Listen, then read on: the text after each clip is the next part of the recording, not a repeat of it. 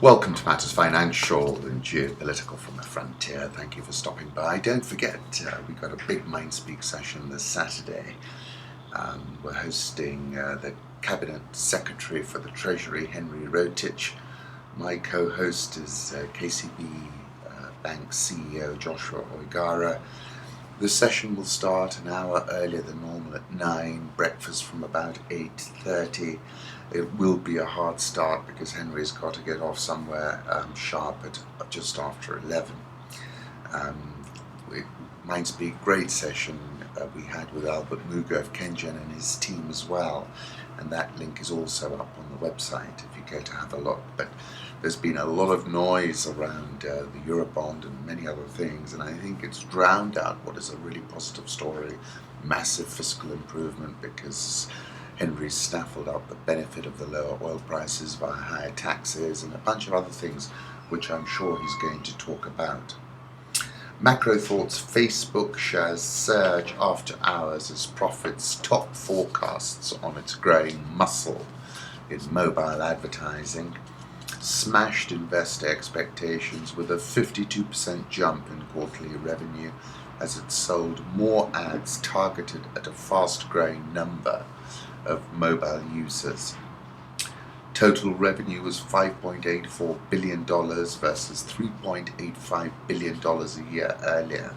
Ad revenue increased 56.8% in the holiday shopping period when spending on advertising typically spikes.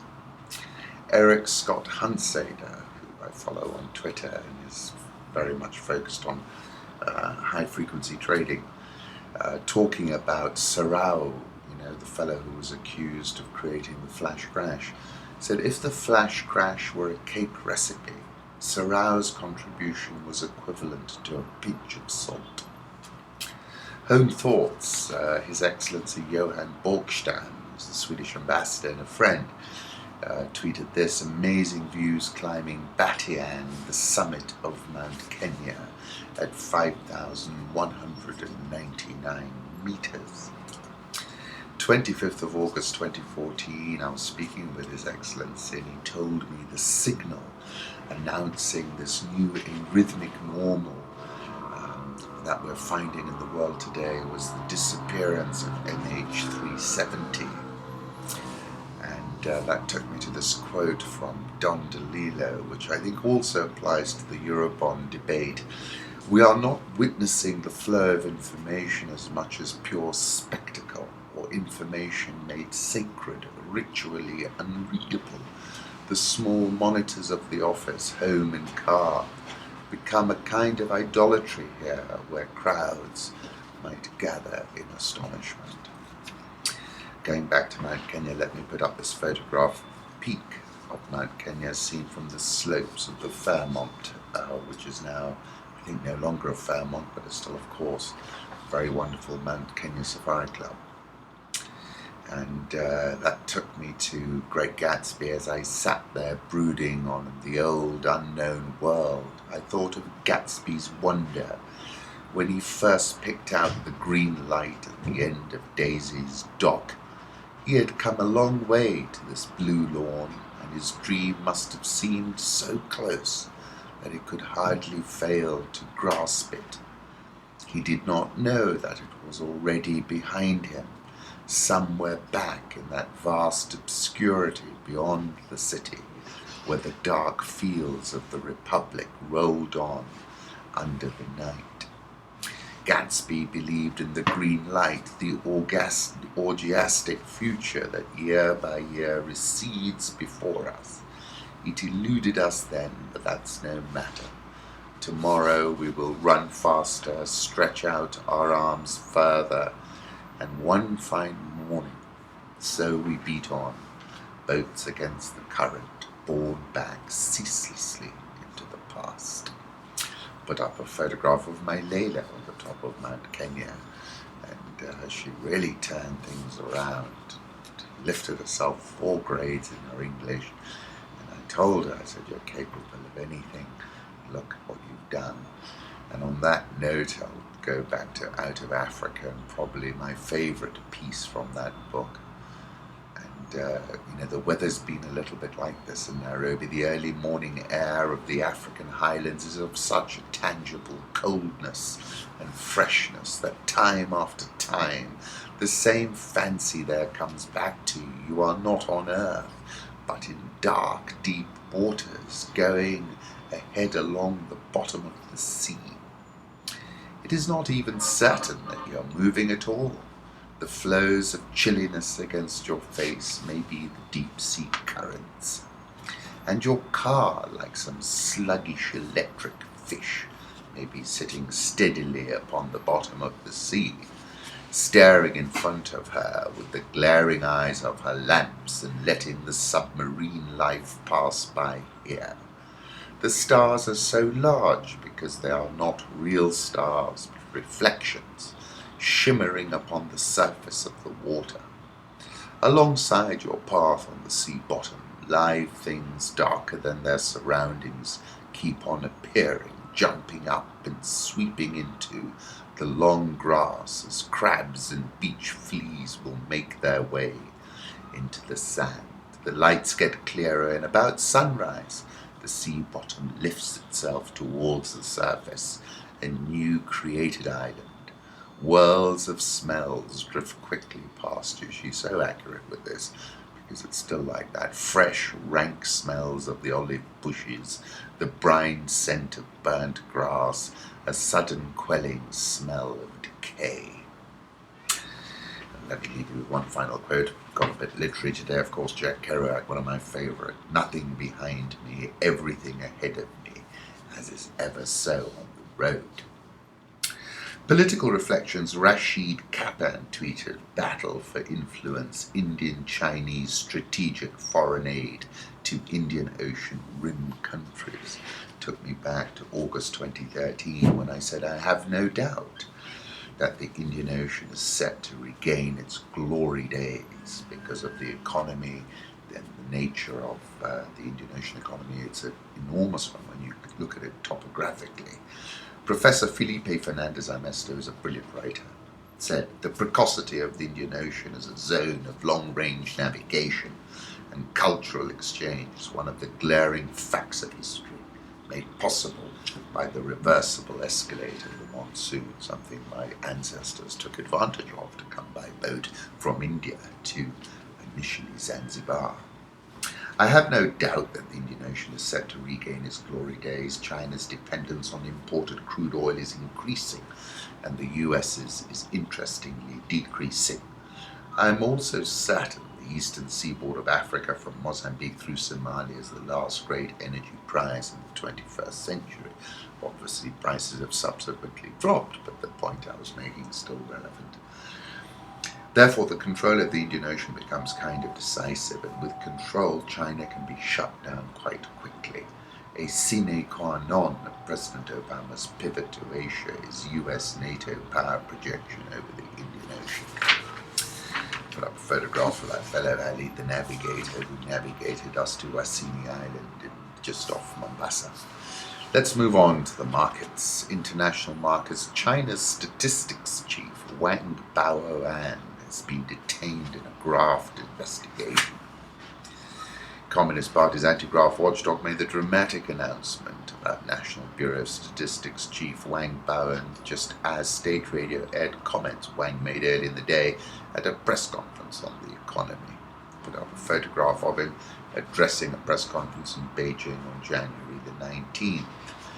This takes me back to what I wrote in August 2015. The further problem is that no one believes the data either.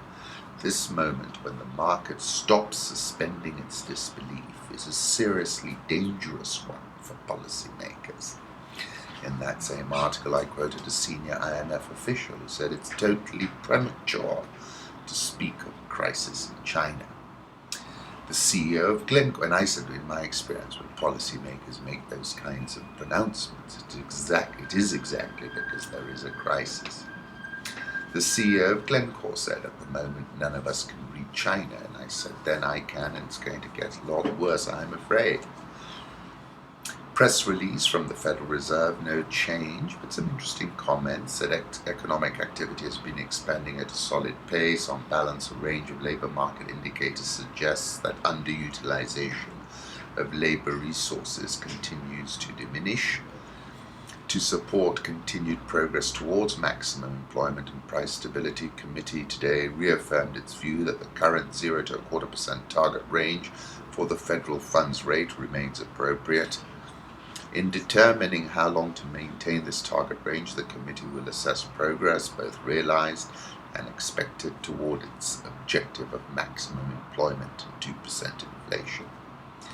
This assessment will take into account a wide range of information, including measures of labour market conditions, indicators of inflation pressures and inflation expectations, and this is what got people's attention, and readings on financial and international developments. And that's because of the extreme volatility we've seen since the beginning of the year. Holger says the Fed is not shutting the door for a rate increase in March, but odds priced by the market tick down to 27% from 23%. Let's move on to the currency markets. 108.77 euro dollar, dollar index 98.99, Japanese yen 118.70, Swissy 101.68, pound 142.50. Had a big fall yesterday in the afternoon. Aussie seems to be finding some kind of support. 0.7050, India rupee 68.145, might be a record low. South Korean won 1207.79, the Rial weakening 410.76, Egyptian pound 783.01, South African rand 1643.52, and there's an expectation that they will hike rates as early as today. Dollar yen, let me put up a 1-year chart. I would like to be buying it around 119, between 119 and 120. Did Wall Street banks create the oil crash? You'll have to go and read that. That's on Global Research. And I've been saying they did for a while. 10th of August, I said the end is nigh for crude oil and oil producers from Caracas to Luanda, from Riyadh to Abuja.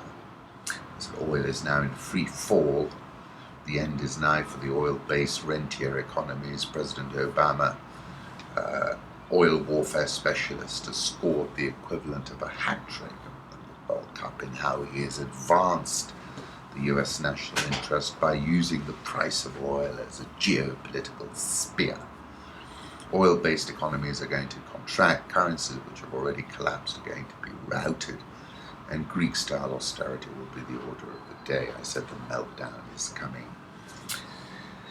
So I very much feel that, whether he was the prime mover, but I think he allowed a very clever strategy, oil and currency warfare strategy. And I think the Chinese have been as blindsided as Vladimir was.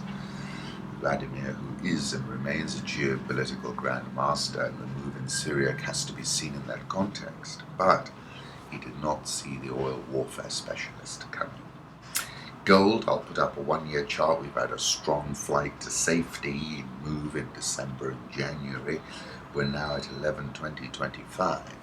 Russia, big gold reserves, and Chinese retail buying gold, apparently. Crude oil, last time I checked, this is WTI, we were at $32 and change.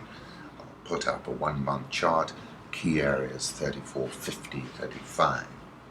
Oil's drop makes it cheaper to fill up in Houston than Abu Dhabi. Brazilian real, about which I was so bearish last year and we got that very dramatic move, is now at 410. I'll put up a 1-year chart. Clearly it's going to soften up some more.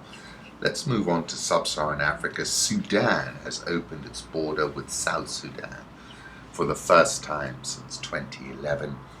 Omar Hassan al-Bashir has ordered the opening of his country's border with South Sudan for the first time since the South's succession in 2011.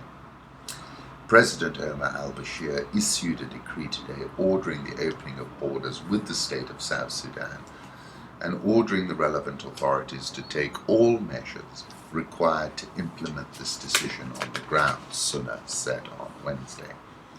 Let me put up a photograph of the VIP room, Juba Airport, taken 2,249 days ago. That time when I was visiting, I met an old fellow from Nanyuki, and he told me, he said, the moment they don't fight Bashir, they'll fight themselves. And I thought he was being very cynical. He was in fact right. And subsequently I met him in the Mozambique club last week. I'm going to catch up with him because he told me he's got some wonderful river that runs through his place, and he says you should come fishing.